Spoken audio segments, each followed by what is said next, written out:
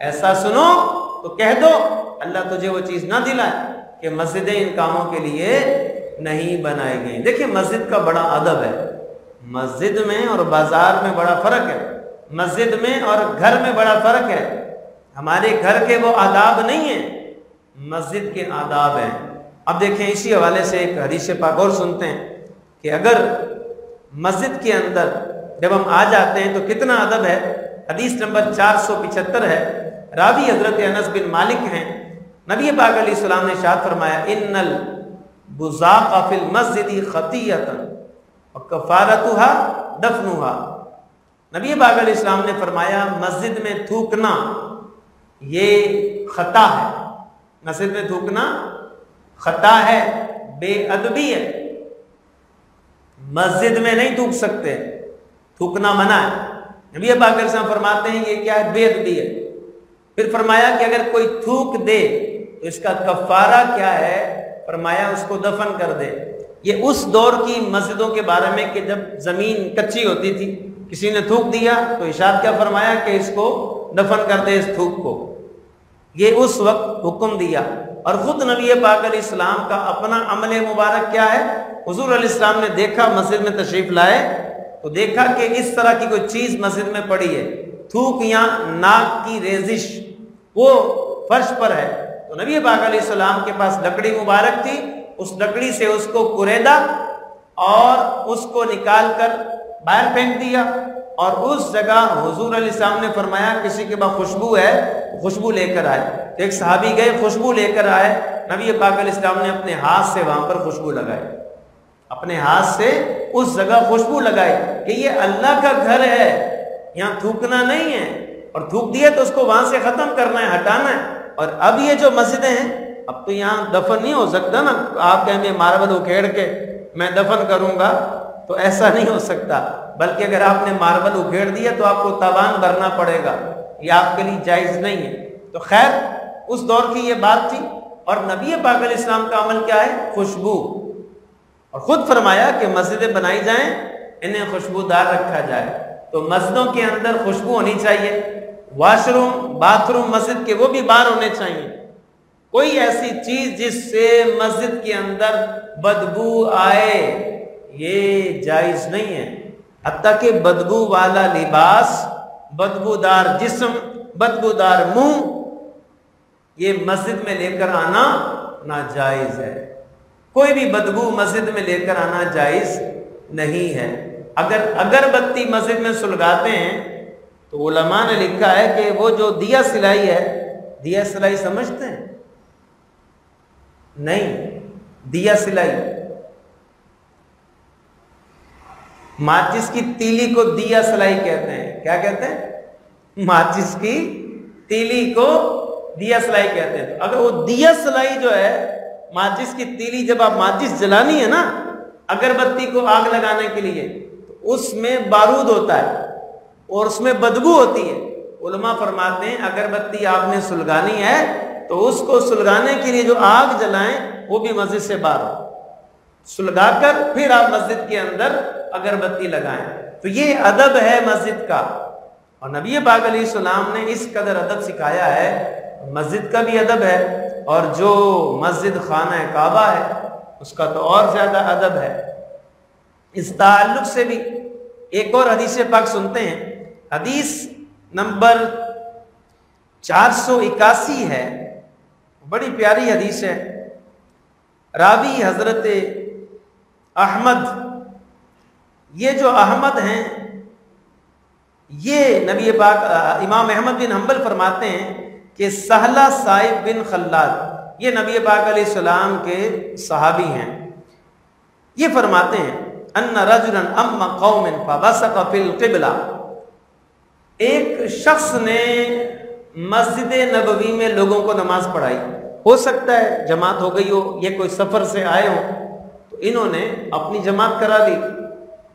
اب ایک شخص لوگوں کو نماز پڑھا رہے تھے، کچھ لوگوں کو، فبصق فی القبلہ، وہ جو بندہ نماز پڑھا رہا تھا نا اس نے نماز کے دوران ہی کعبے کی طرف تھوک دیا، کعبے کے رخ پر تھوک دیا یوں کر کے۔ اب معاملہ کیا تھا؟ وہ رسول اللہ صلی اللہ علیہ وسلم ینظر نبی پاک علیہ السلام بھی مسجد میں تھے اور حضور دیکھ رہے تھے اس بندے کو، حضور اسے دیکھ رہے تھے.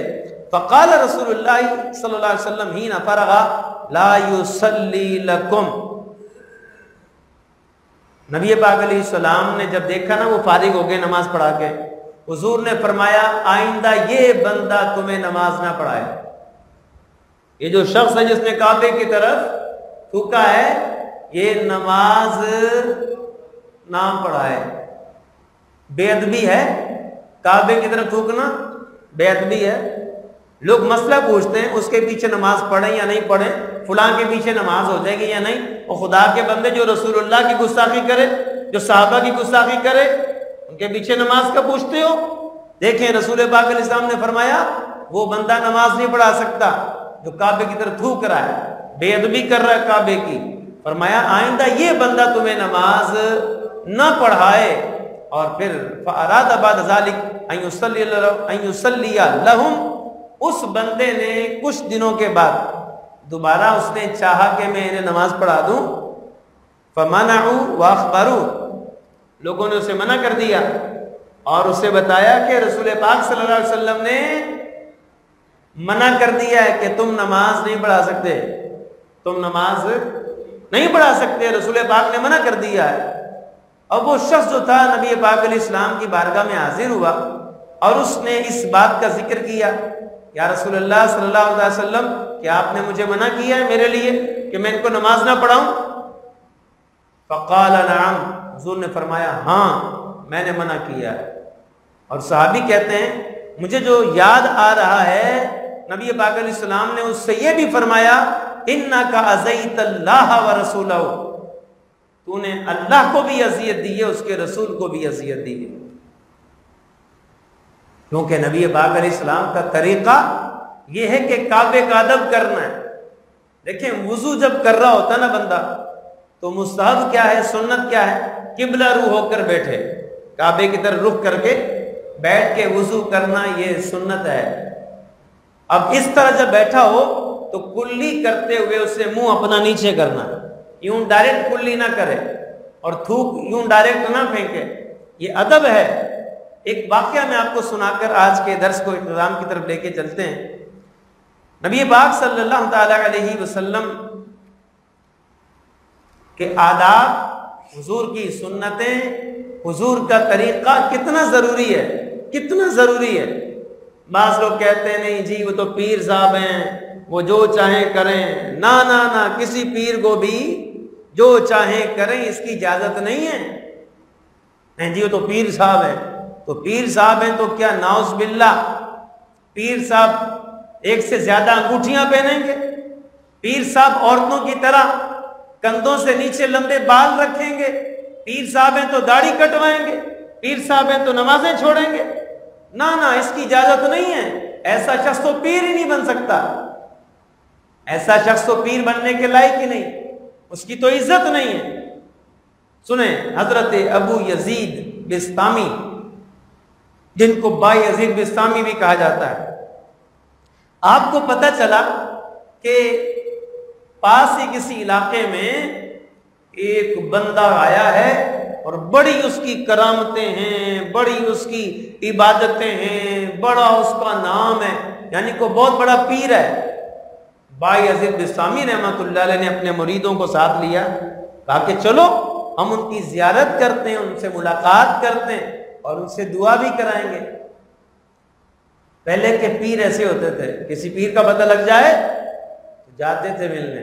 اور آج کل کے پیر اچھا میرے علاقے میں آ گیا فلاں پیر، وہ بھگاؤ اس کو، یہاں تو میں ہوں، یہاں کا کتب، یہاں کا ابدال تو میں ہوں، وہ میرے علاقے میں کیوں آ گیا؟ ایسا کام کتے کرتے ہیں. کون کرتے ہیں؟ ہاں، کتے کہیں اور دوسرے علاقے کا آ جائے نا، اس علاقے کے کتے اس کو بھگاتے ہیں، اس پہ بھونکتے ہیں. یہ کام کسی پیر کا نہیں ہو سکتا. ہاں سچی بات ہے، جو اصلی پیر ہوتے ہیں، سچے لوگ ہوتے ہیں، نیک لوگ ہوتے ہیں، اگر کوئی اچھا پیر کامل کو نیک آدمی آ جائے تو وہ تو اس سے ملنے جاتے ہیں، اس کی زیارت کے لیے جاتے ہیں، اس سے ملاقات کرتے ہیں، اس سے دعا کرواتے ہیں. تو بائی یزید بستامی رحمۃ اللہ علیہ نے کہا اچھا ایک بزرگ آئے ہمارے پاس علاقے میں، اپنے مریدوں کو بھی ساتھ لیا، صرف خود ہی نہیں جا رہے، بھئی کوئی بزرگ آئے تو تم بھی چلو. ان کو ڈر نہیں تھا کہ میرے مرید کم ہو جائیں گے، اسی کے نہ ہو جائیں۔ آج کل یہ بھی ہوتا ہے نا، ہاں ادھر نہیں جانا، دوسری جگہ، میرے مرید میرے پاس ہی رہیں اور کہیں نہ جائیں، منع کرتے ہیں بعض لوگ۔ اللہ اکبر، ایسا نہیں ہے، ایسا نہیں کرنا چاہیے، یہ کوئی اچھی بات نہیں ہے۔ ہر نیک بندے سے محبت ہونی چاہیے، ہر مرشد کامل سے محبت ہونی چاہیے۔ حضرت ابو یزید بستامی مریدوں کو لے کر وہاں پہنچے، اس علاقے میں گئے، اس محلے میں گئے، وہاں پہنچے نا علاقے میں، وہی جو مشہور تھا بندہ، وہ اپنے گھر سے نکلے، وہ صاحب گھر سے نکلے اور اتفاقاً انہوں نے تھوک پھینکا اور ان کا منہ کعبے کی طرف تھا، اس بندے کا منہ اس وقت کعبے کی طرف تھا، تھوک پھینکا انہوں نے۔ بھائی یزید بستامی رحمت اللہ دور سے دیکھا، آپ نے فرمایا کہ بھی چلو واپس چلو، اس سے نہیں ملنا۔ کہا حضور اتنی دور آئے ہیں، چل کے سفر کر کے، اب وہ سامنے تو ہیں، ملاقات کر لیں۔ تو حضرت بھائی یزید بستامی رحمت اللہ علیہ نے کیا ارشاد فرمایا، جو شخص رسول پاک صلی اللہ تعالی علیہ وسلم کے آداب، حضور کی سنتوں میں سے ایک ادب، ایک سنت پہ عمل نہیں کرتا، جو حضور کے ایک طریقے کے خلاف ہے۔ حضور کا طریقہ کیا ہے؟ کعبے کا ادب کرنا ہے، کعبے کی طرف منہ کر کے تھوکنا نہیں ہے، یہ حضور کا فرمان ہے۔ حضور کو اس سے اذیت ہوتی ہے، کعبے کا ادب ہے، بیت اللہ کا ادب ہے۔ تو جب دیکھا نا اس نے تھوک پھینکا ہے، اب ہمیں چلو واپس۔ اب حضور رکے، کہا نہیں، جو شخص رسول پاک کے ایک ادب پر امین نہیں ہے، امانت دار نہیں ہے، اس کی حفاظت نہیں کرتا، تو پھر جس کرامت کا، جس ولایت کا وہ دعویٰ کر رہا ہے، اس میں کتنا امین ہوگا، اس میں کتنا وہ سچا ہوگا، جب رسول پاک کا ایک ادب جو وہ چھوڑ رہا ہے۔ تو ایسے جعلی پیروں سے محفوظ رہیں، ڈبے پیروں سے محفوظ رہیں، جو سوٹے لگاتے ہوں اور جو بھنگ کے پیالے چڑھاتے ہوں، ایسے لوگوں سے دور رہنا ہے۔ جو نماز نہ پڑھتے ہوں، جو داڑیاں مڈاتے ہوں، جو نبی پاک علیہ السلام کی سنتوں کے قاتل ہوں، ایسے لوگ ہمیں اللہ تک نہیں پہنچا سکتے، وہ شیطان کے ایجنٹ ہیں، شیطان تک پہنچائیں گے۔ اللہ پاک ہم سب کا حافظ و ناصر ہو، ہمیں نبی پاک علیہ السلام کی سنتوں کا عامل بنائے، آمین بجاہ النبی الامین۔